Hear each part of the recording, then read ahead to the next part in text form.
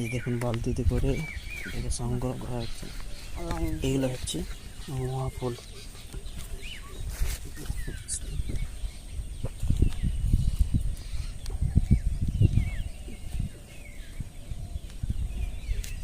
আরও কিছুদিন পরে আরও অনেক প্রচুর পড়বে, এখন হয়তো কম পড়ছে একটুকু, আর কিছুদিন গেলে পরিমাণটা বেড়ে যাবে।